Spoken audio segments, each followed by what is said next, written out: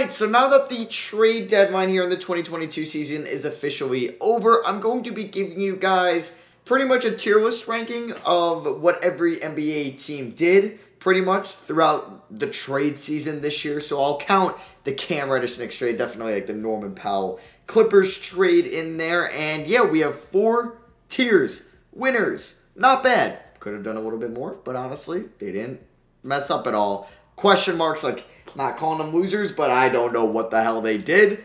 And losers, obviously. So I think I'm going to roll with these 4 tiers. There's a chance I might have like a couple teams that I'm like, oh, I feel like they belong in their own tier. I will hop into that. So if you guys do enjoy these videos, I would appreciate you dropping a thumbs up and let me know in the comments what you agree with or disagree with. I also tomorrow will have my updated NBA kind of like tier list ranking of finals caliber teams or finals contenders, conference finals contenders, non-playoff teams, 100% playoff teams, post-trade deadline, etc. So you can be on the lookout for that. So we are going to go in order, and we have the team that made the biggest move at the deadline, trading Ben Simmons, Seth Curry, 2 first-round picks, and Drummond for Harden.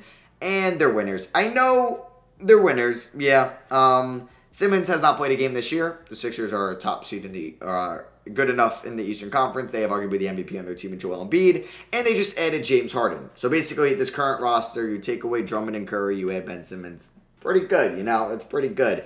We'll see what their final rotation is going to be for the playoffs. I'm sure it's Harris and Embiid in the front court, Maxey Harden backcourt. Thibault get the minutes in the crunch time. Does Danny Green? I guess it's who's ever having a better shooting performance because maybe the minivan gets in there, you know. So I think they're winners right now. They got James Harden. Like I said this in my Harden Sixers rebuild. Like there was talks about maybe everyone was calling Morey and the Sixers dumb for turning down Malcolm Brogdon and a first for Simmons. And they also like De'Aaron Fox for Simmons, or McCollum for Simmons, or D'Angelo Russell for Simmons, or Siakam for Simmons. And Morey was like, nope, I want lower to Beal. Harden became available. You got a top 10 guy, top 15 guy for Ben Simmons. Pretty good stuff. They're winners to me. Washington, winners. They traded Montrezl Harrell for Vernon Carey in a second. Honestly, I think that's fine. Harrell's a free agent. You can now play Gafford and Thomas Bryant more. And then they traded Aaron Holiday, which makes me want to put him down a tier because you traded the pick that ended up being Isaiah Jackson for Aaron Holiday. Plays half a season and you traded him for basically nothing. Apparently he's just like the disabled player exception. So I don't know if they even got second round picks in that deal. So that was kind of an L, I think, in my opinion. But getting off the Bertans contract and Dinwiddie, who wasn't working out, for Kristaps Porzingis, I think's a win. KP's going to look very weird in a Wizard jersey, I think. But I think I like the upside there. KP apparently wasn't getting along with Luka. Doesn't stay healthy, making a lot of money. But I really like the upside there for the Wizards. They're going to go and now extend Beal. And I never thought of them as a Bradley Beal, or excuse me, a Kristaps Porzingis destination. And they got him. Or Atlanta. Do I want to put him in what the hell? Not even making any move? Not trying to get like a Marcus Smart? Not moving Bogdan? Do I put him losers? I don't want to put them in not bad. I feel like the Hawks should have made a move. I feel like they should have. I mean, like, if we're just counting the Cam Reddish trade, I might put them in losers. We'll see. Cavs, not bad. I think getting Caris LeVert is just fine. It's not like a 100% win down move. It's not like a, I don't know, a franchise-altering move. They didn't move Sexton, which I think was fine. Probably smart to do. But yeah, not bad getting Caris LeVert. Gave up your first-round pick this year. Like, the Cavs gave up their first to get Caris LeVert. The Raptors gave up their first-round pick to get Thad Young. All right, we'll get into them in a little bit. Pistons, do I put them losers? I don't know. There's a thing like question marks. I feel like I think like the Atlanta could have benefited of adding talent. Detroit, you could have invited Jeremy Grant trade? Like, that's a little questionable. It's a little questionable. I'm not trying to capitalize him. Maybe they move him in the offseason. That's fine. Indiana, ooh. Okay, so they moved LeVert, got a first, and then they moved Sabonis. I think getting Halliburton alone makes them a winner. Yeah, they didn't move Turner, couldn't move Brogdon. They didn't move Warren, because somebody wanted Warren. But, yeah, I think they're winners. I think, like, if they were going to move Sabonis and they got, like, I don't know. I'm trying to think of, like, players that were removed. Like, say they got, like, Baisley, Poku, and 3 first. Like, well, yeah. This is a good rebuild start, but like the fact that they got Tyrese Halliburton is insane. Or like Zaire Williams and 2 firsts, yeah. Getting Halliburton makes them winners. Milwaukee, not bad. I mean, they did what they could. It sucks they had to give up on DiVincenzo like this already, because he's been hurt. He has not been playing well this year, and he was so good 2 years ago, and he's kind of fallen off. So, yeah, they're going to be in not bad. Toronto, I might put them in losers. And, like, this is dumb. I don't know. Do I put them in question mark? I might put them in question mark. Because, like, what the hell are they doing? Because I don't agree with it. Like, it's Masai Ujiri and Bobby Webster are so smart, so me calling them losers would be, I think, a little premature. But giving up your first-round pick for Thad Young and Drew Eubanks, who they waived, like, I don't know. Like, a first-round pick was able to get Karis LeVert. First-round pick was able to get Derek White. And you give up a first for Thad Young? I don't know. I'm just not a fan of that. And like, yes, he's older. And, like, it's not like they're incredibly young. Like, Siakam and Van Vliet are on the later part of their 20s. But I don't really like it. That's like, I feel like if you're trying to win a championship. Like, Phoenix, if they gave up a first for Thad Young, I would have been like, yeah, you're trying to win a championship. Milwaukee, they gave up a first. Or Miami, or Philly even. But Toronto, I don't think is winning the finals this year. I don't really agree with that. Dallas, losers. I'm calling them losers. Or do I put them in the question marks, man? I don't know. I'm not a fan of that. Like, the fact is, if you're going to move KP, perfectly fine with that. You're telling me Portland wouldn't have done KP for McCollum? You're telling me that? I don't know. Maybe Portland wanted to clear cap space. I don't know. You're telling me Sacramento maybe wouldn't have traded Harrison Barnes and Buddy Hield for KP? I find that a little bit hard to believe. Or Rashawn Holmes and Hield for KP? I find that very hard to believe. I just think there's like, if you were going to trade KP, which is fine, there's better offers than Dinwiddie and Bertans, who have both been playing pretty bad this year, who both aren't on great contracts either. And like Dinwiddie, the better of the two, like, you kind of have Jalen Brunson, who's better in that role, in my opinion. And if Bertans can't shoot, he is very useless, like, for this offense. So you better hope Bertans hits 33% plus of his threes for Dallas. But I think they're losers. I think, like, you could have just gotten more for KP. I hate to call them losers already because the trade just happened, but, like, what are we doing? What are we doing?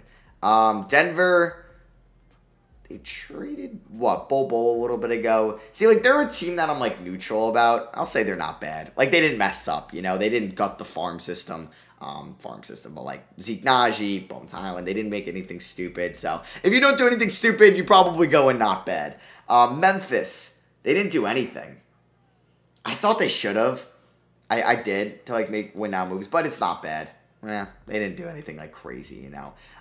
Minnesota, questionable. They didn't add an alt to this team, and they're trying to make the playoffs. You couldn't package Beverly or Torian Prince's contract. I mean, teams like Cleveland were willing to give up their first this year. Say your first is pick 20. You wouldn't have given that up for Jeremy Grant if that was possible? Bolmaro and that pick and Prince to make the money work for Grant? Like, I don't, maybe or Detroit wouldn't have done that. But, like, you're telling me they couldn't got in on the KP sweepstakes? I don't know. You do Beverly and Prince and Baltimore. And no, they probably wouldn't have done that. Or I'm saying Dallas wouldn't have. San Antonio, winners. I love San Antonio's deadline. I know it wasn't a deadline move, but like getting the first round pick from the Bulls from the DeRozan trade, good start to like the season, you know. And then they get the first round pick for Derek White. They got a first round pick for Thad Young, and that first round pick I think is going to be in the top like 21, 22 picks, which is great. It's not like it was the Suns pick at 28 or 29 or 30 or the Jazz pick. Like, that is a damn good pick. That might be pick like 16 if the Raptors make it in the play-in tournament and win as the 18 and get bounced in round one. Like, that could be the 18th overall pick for Thad Young, which is an absolute steal. And I think, like, moving on from Derek White, you clear up cap space, who's making $15 million for, what, the next 3 to 4 years. And you continue, like, you get more draft capital. That Celtics pick could also be around that Raptors pick. Imagine that those picks are, like, 18 and 19, and you have your first. Keep building around DeJounte, Walker, Vassell, Primo, Keldon Johnson, Jakob Poeltl. I love the Spurs rebuild right now. Utah, they made the deal for Naw. Right? Yeah.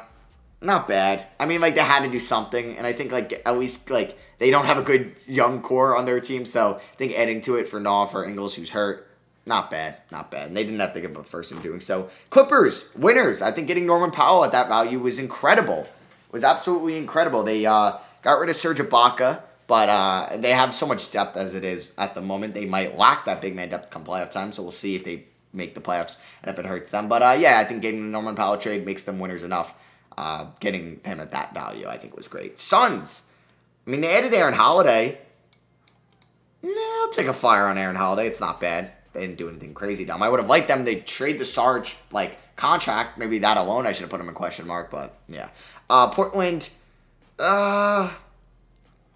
losers, I guess question marks. Like, they didn't, are they moving Dame in the offseason? We don't know yet. They got Keon Johnson, Justice Winslow, I think a second, and Bledsoe, who they may buy out for Powell. All right, so now you're regretting doing that Powell contract, which is fine. That wasn't a deadline move. And last year, you can now call them big losers of the 2021 deadline because they traded Gary Trent for Norman Powell. They traded for Keon Johnson a year later. So, yeah, they would be losers last year looking back on it. But the McCollum trade, I guess... but the Norman Powell trade makes no sense. Like, this isn't a good category to be in either.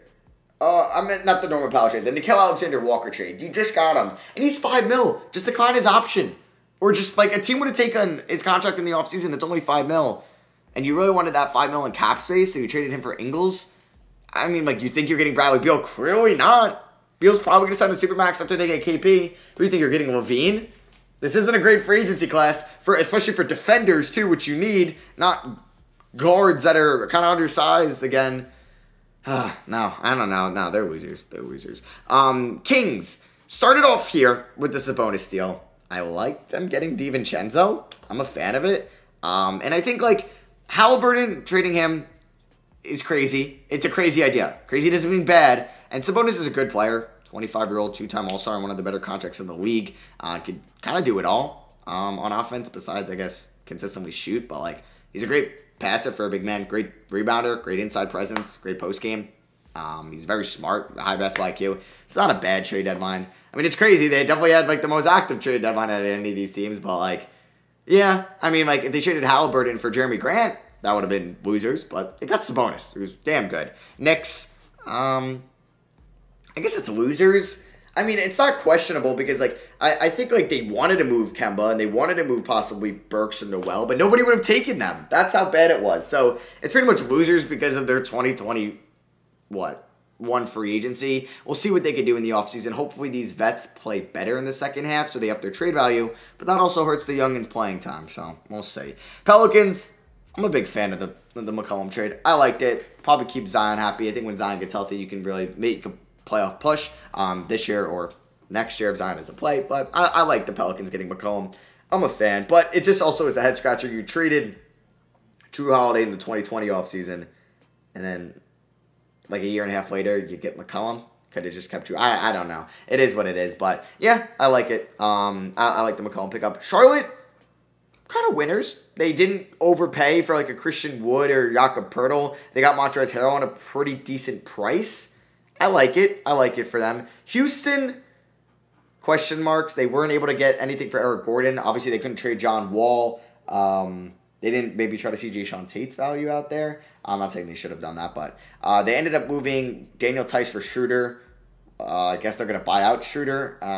Doesn't really serve a lot on their team. They're going to buy, or they waived Ennis Freedom. So, yeah, I don't know. The Houston, it's kind of questionable, you know. They didn't try to see the wood market. I don't know. It's questionable. Not saying questionable is bad, but, like, what are you doing? I don't know. I kind of want to put Toronto there, but just because they have such good front office, I can't. Miami, I guess it's not bad. They didn't do anything crazy. They didn't give up future draft assets, which is good. They gave up on KZ Okpala, but they didn't make any other move. I'm sure they'll be in the buyout market. Chicago, I guess that's a little questionable. Not bad questionable, but it's like you saw Philly get better. Brooklyn, like, is still going to be up there. You saw Milwaukee at least make a minor move. I'm sure the Bulls, it's like they want to win it all this year, and they believe they can, so kind of questionable not moving maybe Kobe White, the Derrick Jones Jr. contract. Like, you're telling me you couldn't move Derrick Jones Jr. for Dennis Schroeder? I don't know, maybe not. But you're telling me maybe you couldn't, like do a 3-team trade, send Derrick Jones Jr. in a second or two to Houston? I'm sure they would have taken seconds for Schroeder, and you got Schroeder. I don't know. That's an interesting one. We have, but like Detroit did get Marvin Bagley.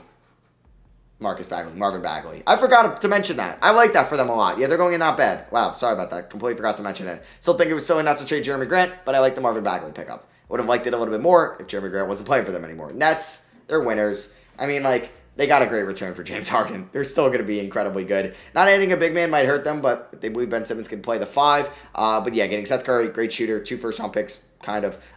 Drummond, who could just at least be a body there throughout the regular season. And getting Simmons, I think, for Harden's good value. Yeah, it is. If you look at what the Rockets got for Harden, the Nets, I think, got a better return for Harden.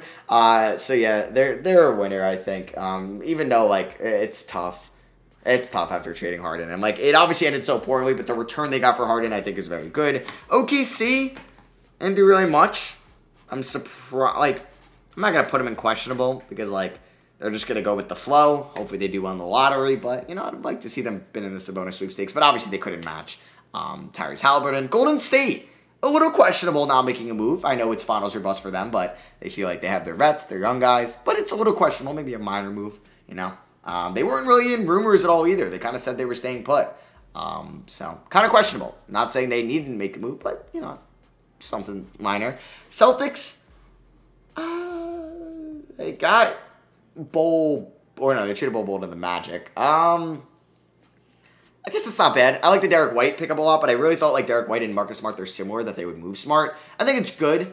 I think it's a good, you know what, I'm going to probably put Charlotte down there, and then not bad. Yeah, I think if I put the Celtics in not bad, I got to put Charlotte. But I don't mind the Celtics that much. I think maybe giving up a first this year for White is interesting. But the Celtics haven't been a good drafting team as of late. Like, Pritchard, not a bad pick, but like, I mean, like, they hit on Robert Williams, but like, Aaron Nesmith didn't work out. Romeo Langford didn't work out. I guess Grant Williams kind of worked out, yeah. But maybe not the best drafting team in the world as of late, so they were able to, let's just get Derek White. I don't mind it. I don't. I think Shooter for Tice is an interesting deal. I don't really know. So, yeah, it's not bad for me. Lakers, I guess they're losers, man. I mean, it's what they did in the offseason. If I'm going to put the Knicks there, yeah, you traded for Russell Westbrook, which is dumb. Nobody wanted him. You extended THT. Nobody wanted him. Kind of losers to me. And then Orlando, honestly, I'm going to put Atlanta in here. If I'm going to put Minnesota in there. Yeah, they didn't make any moves, so questionable. Yeah. Sorry, Atlanta fans, if you watched the last 16 minutes of this video or like hated me and I changed it last second. And Orlando, you didn't want to get anything for Bamba, Ross, Gary Harris? Really? Just add seconds. I don't know. Kind of silly. Kind of silly. I won't put any team in a loser.